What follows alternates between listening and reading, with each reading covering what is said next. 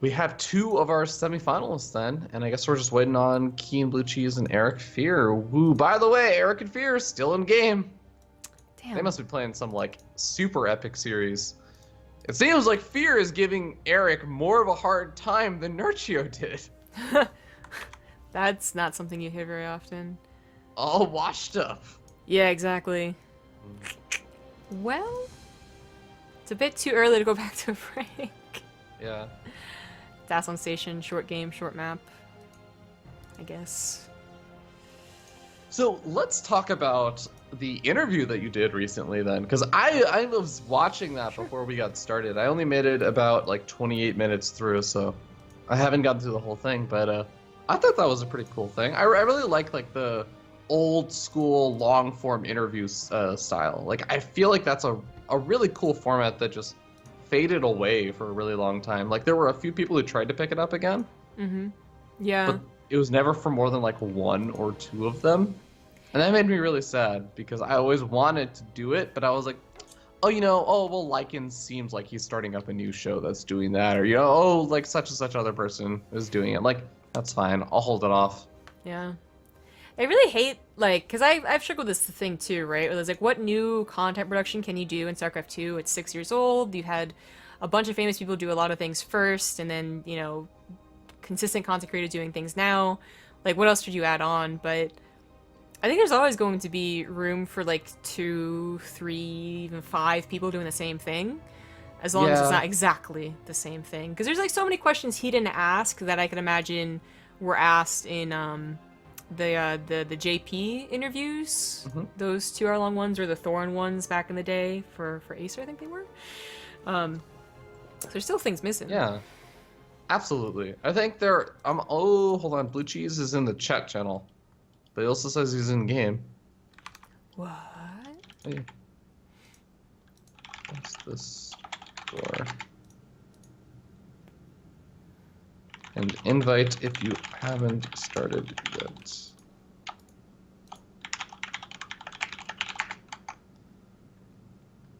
I'm always paranoid that there are just some people who don't check the box to be like, don't notify me of chat messages when I'm in a game. Yeah.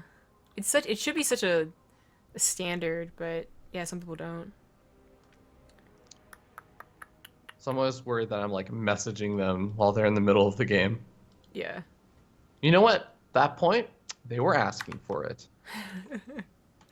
It's their fault. Yeah, the interview thing. Eric and FeaR. Eric and FeaR are done, by the way. Oh, FeaR good. took it 2-1. Okay, cool. So FeaR versus Guru will be our first semifinal. Cool. Nice. Yeah, last comments on the interview thing, I guess. It was a good time. I actually talked about, I guess, if you guys are interested in becoming content creators or whatever. He asked me, like, what you should do. And I came up with a response that I haven't come up with before. And so it was at the end of the interview, right? So a bit of a spoiler for you. But the more I thought about it, right, because this guy that I don't really know but I've seen around asked me to do an interview, like, what possible reason would I have to say yes? It's really just because he's not an asshole. Like, people always tell you, like, work hard and expect to be critiqued and shit like that. But, like, I tell him, like, yeah, just being, like, a nice person, like, a decent person on social media will probably get you a lot farther to anything. And he said that Katz actually said the exact same thing to him when he was picked up for doing Root articles. I have so much to say on that. Like, I could not agree more. People always have like this weird thing where they talk about like, oh, old boys club. Like, I always hated the whole old boys club thing because it had this implication that like the older generation actively tries to hinder opportunities for like the newer generation of like content producers and everything. And while I don't necessarily know the full breadth of all of that, like I haven't really tried actively or super hard to like get like a live casting gig or something like that. But like everyone has always been incredibly nice to me. I think I'm generally a pretty nice, pleasant person. I don't think that most people would consider me an asshole, except for maybe Graham after the whole garlic comment earlier. But like, well, okay, easiest example is like day 9. I got day 9 to like co-cast one of my tournaments with me, just because like I asked and he was like, yeah, I can see like you put in work into this and like you aren't just looking for an easy like, oh, here's like an easy, oh, bring day 9 on, now my tournament's a success. Like, just I think showing like basic decency, and people are like, yeah, I'm super willing to help. In Control is like always super willing. He's like, yeah, if you like need a co-caster for like whatever your new projects, really like feel free. Like everyone has been super nice to me on that stuff, and it's just because it's like, well, I was just nice to them. I was just like a decent human being. Yeah, yeah. Something I hadn't thought of before, but really is like the most resonating thing. Because if he has never done anything or said anything before, like, I'm not going to do an in-depth interview at the very least. I mean, answer like 5 questions. But it was fun. I haven't done one in a while. I did one at Austin, but I don't think it was ever released. Womp womp. Oh yeah, the AMA. Well, oh, there was, well, the AMA, but also a Sypha interviewed me. Oh, yeah, I don't think she ever got to, because she did it audio and then had to write it. You know what interview never got released that I was really sad about? Because I was really happy with the answers I gave. Do you remember at the Legacy of the Void launch party? Okay. You know, there was, I think it's been talked about a little bit and everything. There was like a really cool party. It had a bunch of like all the people who do stuff in esports, like all the way from like Tasis and Artosis and like Michael Morheim. You had like the CEO of Twitch, Emmett Shear, and everything. But you also had like Joey, nice username, like a BaseTradeTV crew, a bunch of just like all these different people gathering together, and just like nice area. You had drinks, you had like some PCs to play games on and everything. It was just like a lot of fun. But one of the things they did was they just were pulling people aside, like, hey, we're like doing these interviews and stuff. I think Team Liquid was doing them, because I know Heyoka was like pulling me aside and everything for it. And I felt like I gave really good answers. Like I had the just right enough amount of like alcohol in me that I was just like, boom, I got this. Like I'm in touch with my emotions right now. But they never did anything with it. And I asked Heyoka about it at the summit, and he was just like, yeah, I don't know. We didn't do anything with it. I was like, oh, that's sad. The Legacy of the Void launch party. Which one was that? That was the one where we were at the bar and they had like the cool Ravager drink and everything. Oh, okay. So like the yeah. Okay, the one. Yeah, I slightly remember that. No, actually. You slightly remember? I remember it. But I don't remember them. You're an alcoholic, right? You have a problem. They never pulled me aside. Austin. I feel like this is the 3rd time where this like everyone else has been pulled aside for something. And I wasn't. But... Okay, you know what? No, you know what? That other thing that I can't really mention. That other thing, you were supposed to actively go to them. There was no like them pulling you aside. Okay. Oh, let's get back in the game, shall we? Okay. Sorry, no. I pressed hotkeys. Like I've never used hotkeys in ops, but occasionally it goes to this one scene that has nothing to do with anything. Anyways, but no, not that one. Actually, last year's summit, which I guess that NDA is up.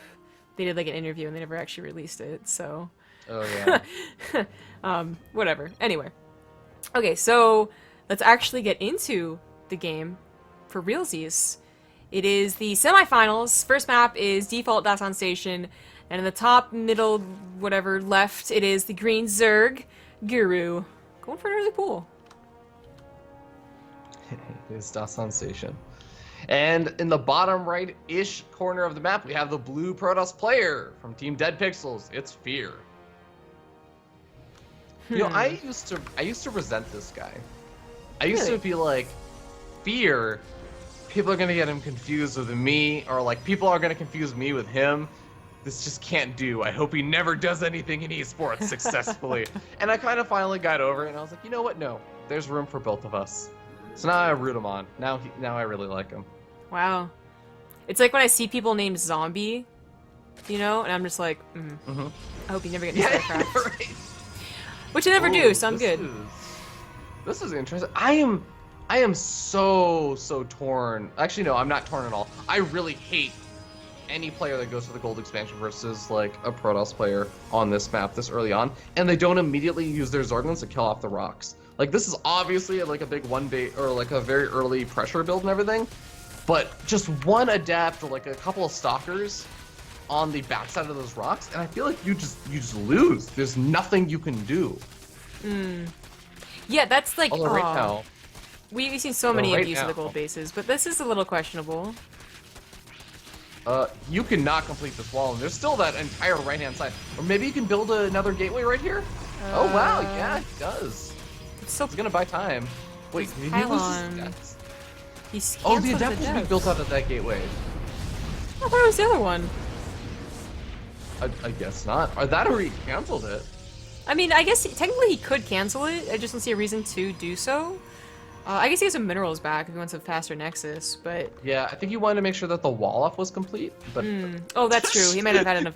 Oh, come on. Why? Why? Actually, It wasn't even on your side of the map. Right? Like, he did FeaR favor by killing that. Yeah, I think it was because he needed more minerals for the gateway, but another adept started up, and he is trying to get the nexus, which grew scouts. This really was just a little bit of pressure early on, so that his gold base could be secure for some time. I mean, it's already almost fully saturated, and the sooner you get it, the sooner you can also give it up easily, too, as the gold bases start to run low. Yeah, absolutely. Well, Zergons are cleaned up finally, but I feel like this is again the time where FeaR sends those adepts to the backside, and yeah, he's already sending a probe along that side. I think that I don't know if this is going to be true, but he could very well just plant down a pylon and a gateway and like turn this into a big all-in, and yeah, there is the pylon. Alright, well, hey, there's another... That probe never died. Okay. This is going to be problematic, potentially, if this probe's ever remembered by FeaR. But Is he going to photon overcharge with the pylon? He is going to do exactly that. There's a spore crawler that the mothership's accidentally going to run into, but shouldn't die to it. There you go. I don't know if I like this. Oh my god, he actually took a lot of hull damage. Oh, Militia Corps, please. He doesn't even have enough energy to do 2 photon overcharges. He's going to deal the deny mining there for a little bit. Okay, he's building the gateway. Guru's not going to see the gateway. Really? That's interesting. Ooh. I think if he was on the closest mineral patch, or like I should say the farthest mineral patch, he would be able to see the gateway, but I don't think he is. Oh yeah, he's okay, now he sees it. Okay. Yeah. Well, he was already prepping a lot of roaches, I think. He was probably going to attack, but also to break on these rocks. This is going to add up to a total of, what, 3 gateways? Yeah, you never had any more. Yeah. So it's some pretty light pressure, but it is important because the gold base really should be denied in some fashion. Probe's still alive up here, by the way. It's light pressure in the sense that he's not committing a lot of gateways to this, but he's committed 3 pylons. He cancels the gateways. He sees those rocks are getting knocked down, but that's still 300 minerals. Like, that is enough for an extra 2 gateways. That's the difference between, like, 5 gate, like, heavy pressure and a 7 gate all-in. Like, that's a pretty big difference. Yeah. I definitely agree with that. This was like, you know, you think you have an idea, and you're like, it'd be so cool if it works, and then it doesn't. I don't think this is something he practices all the time. So, that's a little unfortunate, because now Guru has this fairly sizable army anyways. He could poke and prod, he brought an overload over here, which might be worth it, just to, like, you know, halt production for like a second or something like that, but FeaR is going for another wall off, of course, cut tool ramps. Well, 3 of the rocks are broken down. A lot more production on the way. He still has this probe. He could actually warp in even 3 adepts to just distract while his main push hits the front. That might be good. I think he could have done that if he didn't just lose 3 of the pylons and he's already like hurting for minerals a bit, I think, right now. Yeah. Like, if it wasn't for that, I think he could have done like the whole pylon and be super sneaky, but he may have to wait a little bit until he can do it now. How many gateways are that going to be? 5? 5 gateways. Yeah, there'll be 5. That's pretty decent. Yeah, robotics bay's on the way, so not an all-in. But definitely enough production to get you going to your 3rd base, which I guess he's going to take over here. Not the gold. Overlords. He's going to have to deal with the pushing at the front that's coming, because it's not just Zergons, there are Ravagers over here that can knock down that wall in and honestly get pretty... If he knocks down 2 of the pylons, he's going to depower a couple of the gateways and the robo. Surprised he didn't bring the overload over. Oh well. Not really looking to commit, I suppose. War Prism is scouted by a couple of creep tumors. They're just trying to get behind those mineral lines again. But with the rocks broken down and Ravagers, you know, with the range, it's really not that much of a problem anymore. Not like early game. Looks like the probe also died. So, yeah, no option there. Queens are also... I like the position of those queens. They're setting up the creep tumors, but they were also sort of acting as like this giant wall of range damage that the War Prism did not want to walk into. More rocks being broken down. Oh, that's Spore Crawler positioning. Did he get another? Oh, ha. Clever. I really like that. Yeah, he's probably gonna take this as a 4th base, so why not? It's funny, if the game goes beyond 2-3 bases on Dasan Station, we've actually been seeing more Zergs expand here and here. And some people even try and get like hidden expansions here and here. I know like Neeb did, right? But it's actually kind of looking like it's going to expand to the left and right sides. So yeah, it's... Honestly, this map, like, the center area sort of just stops existing after it passes a certain point in the game, just because it becomes so difficult to try and push a big army through multiple, like, one force fieldable choke points that also, for the Protoss army, when you have enough, a big enough army, Ravager shot. Okay, well, wait a second. This is really smart. I think this is really smart. Think about it. Dasan Station is one of those maps where air units are very, very free, but the problem is all of your ground units have so many choke points that you have to run through and everything, but really you're so close to each other. Swarmos can probably make it all the way from like that center area of the natural, where the gold is, all the way to the main base, taking out the Roboxily and all kinds of other tech. And besides that, like, it takes a really long time for ground units to actually get around as well. Yeah, almost like a siege tank. But yeah. Okay, so here's the problem though. In the same way that the short rush distance and like how small this fucker misses the shot, are you serious? And like easy access for the locusts. It's also, if he ever does kill the locusts, you know, he gets enough blink stalkers to shoot them all down. Swarm hosts have this really long cooldown. So he has like 13, no, he's gonna have 17, I think. Yeah, 17 swarm hosts. If he pops all the locusts at once, in like a desperate attempt to kill a Nex or something, he actually won't have a good chunk of his supply doing anything. But that's what I think, like, and it's still going to be very dicey over here, because I think it's about this choke point. If you can contain them from moving through this choke point, you can still make this work. Like, you buy time with that. Yeah, I think FeaR has just had too bad of a game up to this point. Like, south side. His supply is really bad for the time, so like swarm hosts or not, he was in a lot of trouble. But yeah, the production's gonna go down. The swarm hosts do tons of damage super quickly. Forces him to try and blink in again, but that's not really working out here. Swarm hosts do retreat. They gotta wait so long. Well, they don't even have to get involved in the fight, because they can send the swarm host to the locust and almost from the backside or from the south side. They could really catch FeaR's in an ambush position. Well, that is... It looks like it's going to work, but again, I think a lot of it has to do with FeaR just already in a bad position to start things off. Yeah. No fourth base, although he could afford one. His third base isn't even, like, the gases aren't even taken here. Locusts do come in from that south side, or the west, whatever you want to call it. Disruptors wouldn't be a bad idea versus Locusts if this was, like, in the meta or whatever, but they're kind of missing the shots, and the Locusts are doing so much damage even with, like, 1 or 2 seconds allowed to live. Yeah, and that's part of the problem, right, is that the locusts are in the air until they finally start attacking for the first time. So they're guaranteed to get some shots off. Queen's taking some big disruptor hits, and that does kind of suck, but, he's going to be able to come in. Oh, God! Swarmos getting too far forward. They don't want to be involved in this fight at all. They just want to be sitting behind that cliff, but looks like there's going to be way too much. He overwhelms FeaR. Disruptor's getting taken out, and FeaR is on an all-out retreat with not much of an economy to fall back on. No, and his macro has definitely been slipping, as he definitely needed these gases he never took. He's so imbalanced there. GG! GG. Game number 1 goes to Guru. With some... I think it was pretty cool, Swarm Host played. Like, I think it was smart, just because the big problem with Swarm Host is that if you lose a wave of locusts, you just die, right? Because there's so much time where you don't have any defense. But I feel like on that map, it's a really good map for buying time, because if you try and move through the center, you're forcing yourself into a potentially bad engagement, so you can use Ravager shots and stuff to buy time. And if you don't go that way, you have to go this really, really roundabout path all the way through the north side or the south side. I kind of liked it. I liked it as well, but it also did feel a little like I was winning anyway. Maybe a little bit. But it's going to be FeaR's map choice, and we are going to take a break because it's been quite a while since our last one. So see you guys in 2 minutes. Welcome back. Thanks for watching those ads. The next map's going to be on New Gettysburg. Thanks to Gizmodget for the 5-month resub. Heart. What happened to Old Gettysburg? So we already had this discussion, right? Me and Rifkin. Because I was asking in the chat, like, I feel like Figures never misunderstood. So waiting for Guru to say ready. Oh, there he is.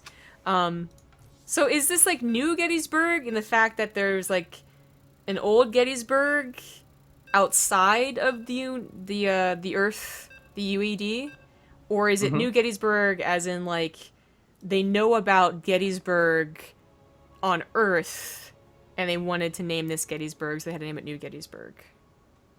Or is it like New Mexico, where it's just like, look, I know Mexico was a country, but we can have a state named Mexico, New Mexico, and it'll be right next to Mexico. Like it'll be fine. It'll work out. Like there's a Gettysburg like 10 blocks over from New Gettysburg.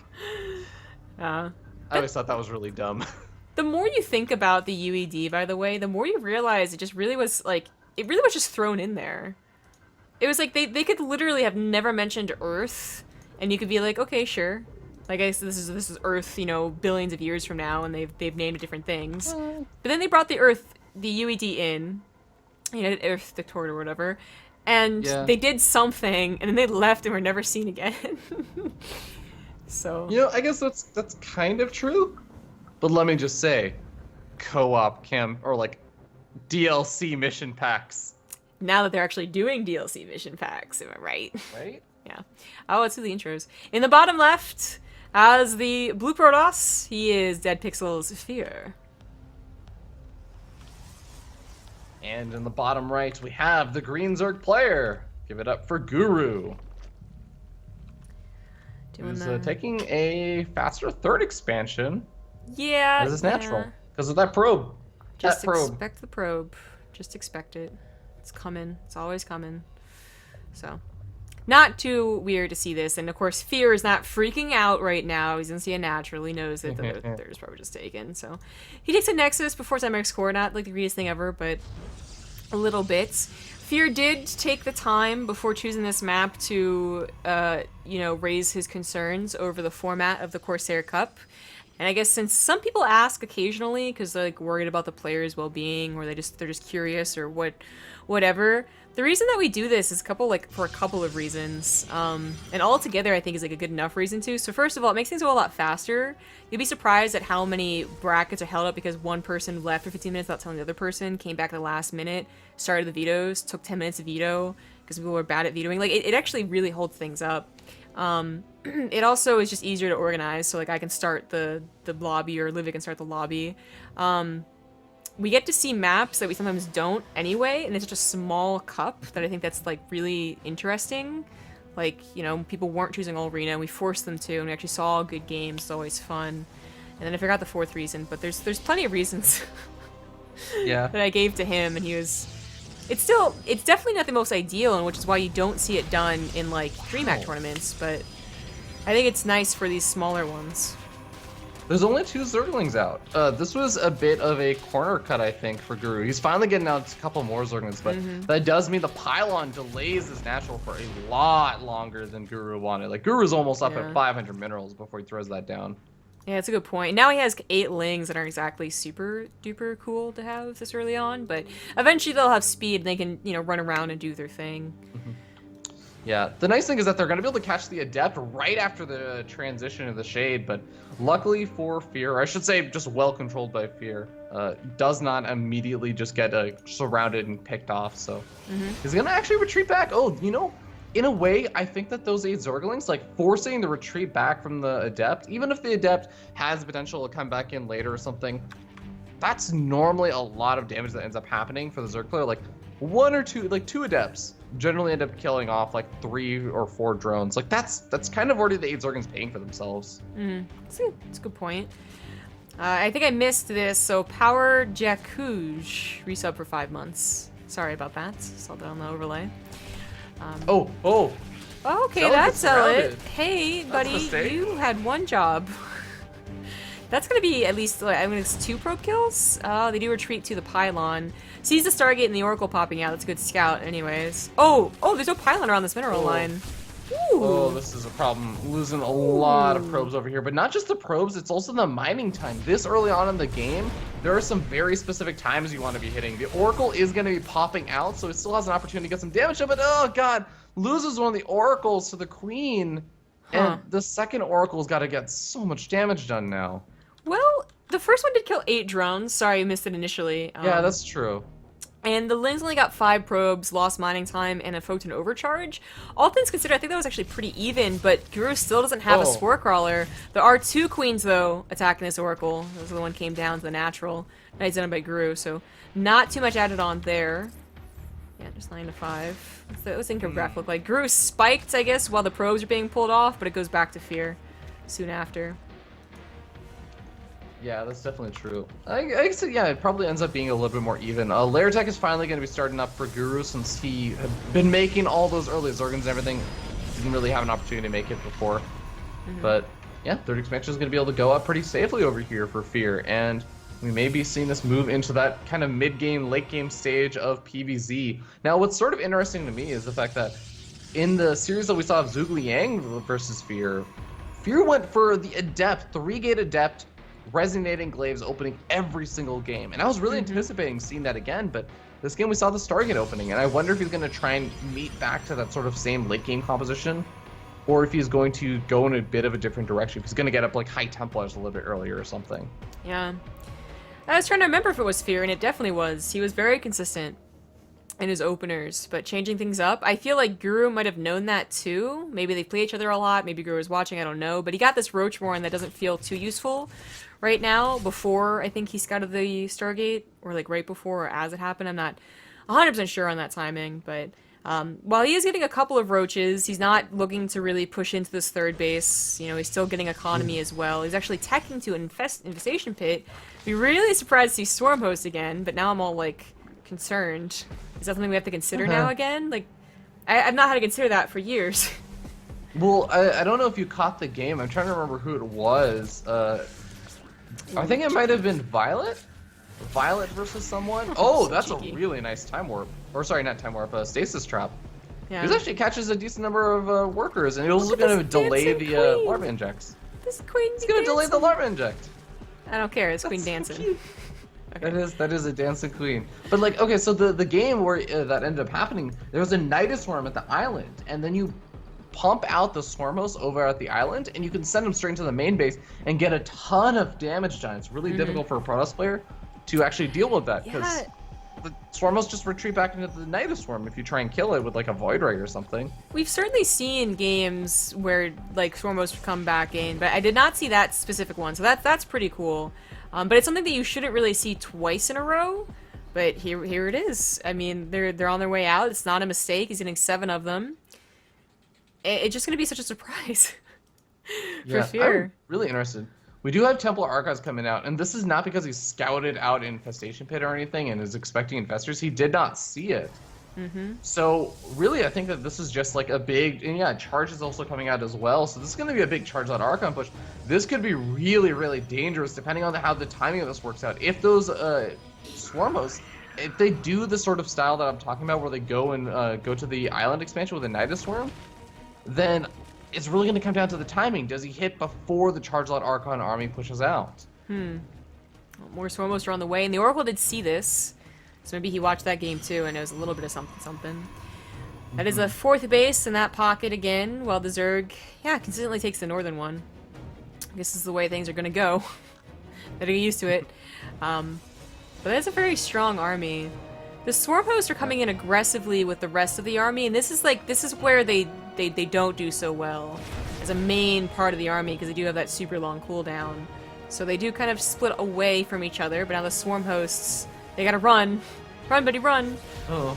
The Locust gonna go. Well, the Locust might be able to get a bit of damage. The cool thing about the Locust in this situation is with the Charge Lot Zealot, or Charge Lot Archon style, your army it's like mobile in some ways, but things like wall-ins and, you know, cliff faces and all these other things, your army is incredibly immobile in a lot of ways as well.